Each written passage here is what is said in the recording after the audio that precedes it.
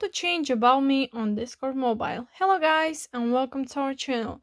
So in order to do this, we just have to go on our mobile app, and then from here we have to go on our profile, which is in the right bottom corner. So click on that, and then from here we have to go on the third option. So this is user profile. Click on that.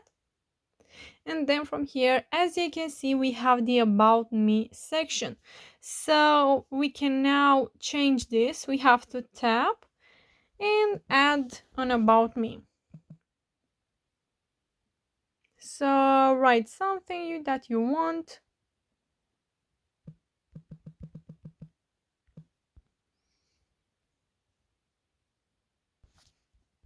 So this is my About Me.